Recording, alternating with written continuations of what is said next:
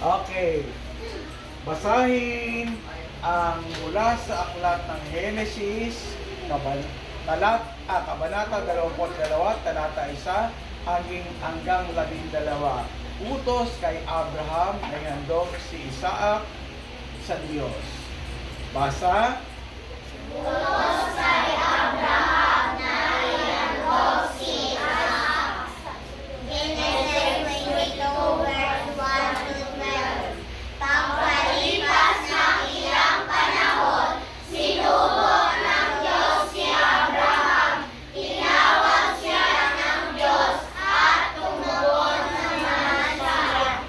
Sinabi sa kanya, isama mo ang pinakamahalawan na si Isaac at magpunta kayo sa lupain ng Moriah. Umakyat kayo sa bundok na ituturo ko sa iyo at ihandog mo sa akin. Kinabukasan, maagang umahon si Abraham at sumakay sa aso, kasama si Isaac at dalawang magiting lalaki. May dalang kahoy na panggatong. Matapos ang 3 araw na paglalakbay, natanaw nila ang kanilang panuntunan. Kaya sinabi ni Abraham sa kanyang mga alipin, bantayan ninyo ito ang aso, at kahilingan ng Isaac ang magtutuloy sa sambaran ng mag-isabako roon, at babalikan namin kayo. Wow, very good. Ilan lang sa inyo hindi bumabasa? You can count in sa kamay. Halos lahat kayo ay nakikita ko. Bumubuka ang bibig at nagbabasa. O, sa mga school na napuntahan ko, you are the best. O, tandaan nyo, palakpakan nga natin ang sarili. Okay. Okay, naka-live ulit tayo. At ganito ang gagawin natin. Babasahin natin yan by rote. Pero isang talata lang muna ang babasahin natin. Hindi natin babasahin lahat. Ang una natin babasahin ay yung number 1 verse. Ano? Okay. At makikita na natin kung sino yung mahinang magbasa. Yun yung natutulungan natin kung sino siya. Okay. Basahin natin ang verse 1, row 1. Pagkalipas ng ilang panahon, sinubok ng Diyos si Abraham. Tinawag siya ng Diyos at tumugon naman siya. Okay. Very good.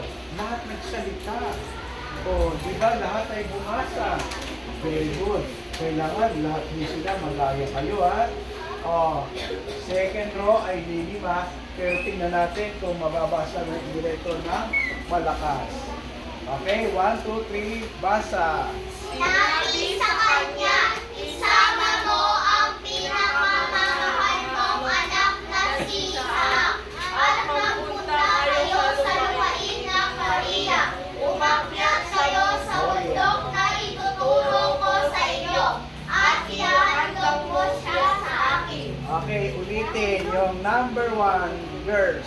Pagkalipas, ulitin.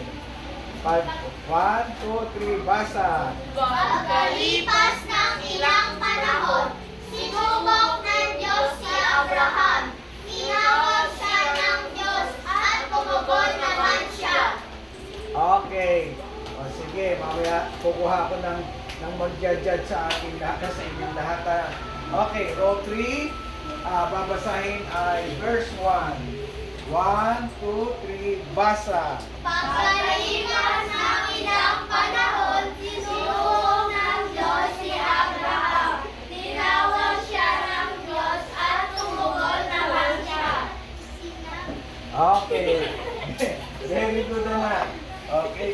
O, meron din ilang mahina magsalita. Pero i-improve natin na O yung Rockford. Naku, apat ito, pero pagkain ito pala ka, sila yung magiging mag-guess. Okay? Number, 1, 2, 3, there's one ha. Basa.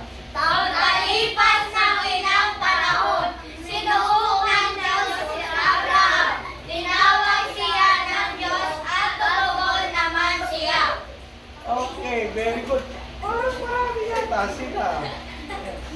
Aapat lang ito. Okay, very good sa inyong lahat.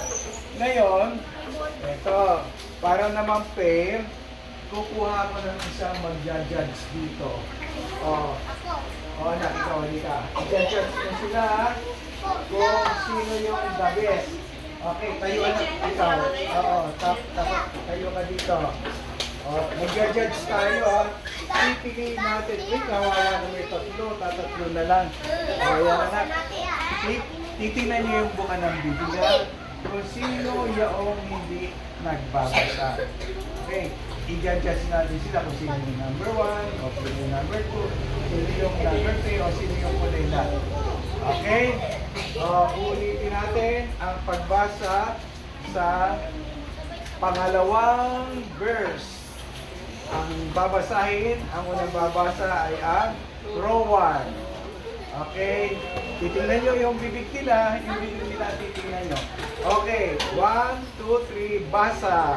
Sinabi sa kanya, isama mo ang pinakamamahal mong anak na si Isaac at magpunta kayo sa lupain ng Moria. Umakyat kayo sa bundok na ituturo ko sa iyo at ihandog mo siya sa akin. Okay, very good.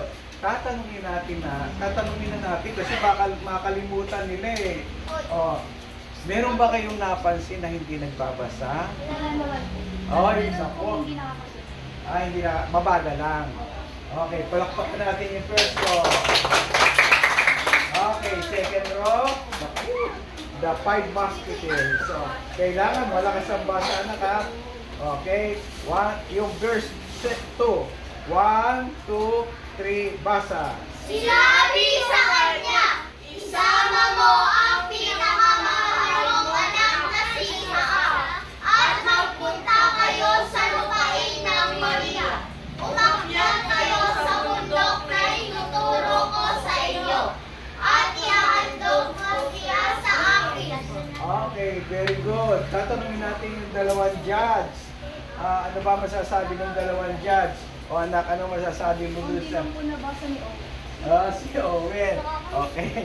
Ikaw anak, ganun din ang comment. Anak, ayan, alam niyo si Owen ngayon, tuturuan natin sumabay sa pagbasa ng malakas. Okay, here's no. Marami sila. Okay. Babasahin niyo anak yung second verse. Huwag na maingay. Okay. 1, 2, 3, basa. Sinabi sa kanya, isama mo ang pinakamamahal mong anak na si Isaac at magpunta kayo sa lupain ng Moria. Umakyat kayo sa bundok na ituturo ko sa inyo at ihahandog niya sa akin. Okay, very good. Anak, ano napansin niyo? Sino? Dalawa na, hindi nagbabasa. Anak, ikaw, sila Ayan. Yan, meron sila napansin sa inyo. Okay, tingnan natin itong tatlong magagaling. Kaya ko kayo binawasan. Kasi kayo yung pinakamagaling kanina, kamta kayo yung verse 2. Pangalawa. Okay? 1, 2, 3, basa. Sinabi sa kanya, isama mo ang pinakamamahal mong anak na si Isaac at magpunta kayo sa lupain ng Moria. Umakyat kayo sa bundok na ituturo ko sa iyo at ihahandog mo siya sa akin. Okay, thank you. Very good.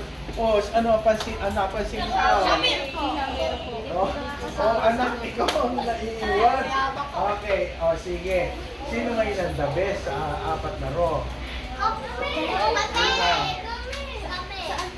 Yung the best na magbasa.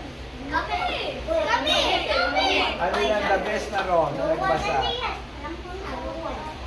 Oo. Nahihirapan silang mag-ano kung sino. Dalawa lang kami. Oo, ang lakas. Tatlo kayo, anak. Ano, sino ngayon ang the best? Desisyonan nyo. Sino? Sino? Ako! Wow! Nahihirapan sila ngayon sa inyo. Lahat na lang. Oh. First and third. Okay, palakpakan natin yung first and third. Okay. Sige, ayan. Upo na kayo, anak.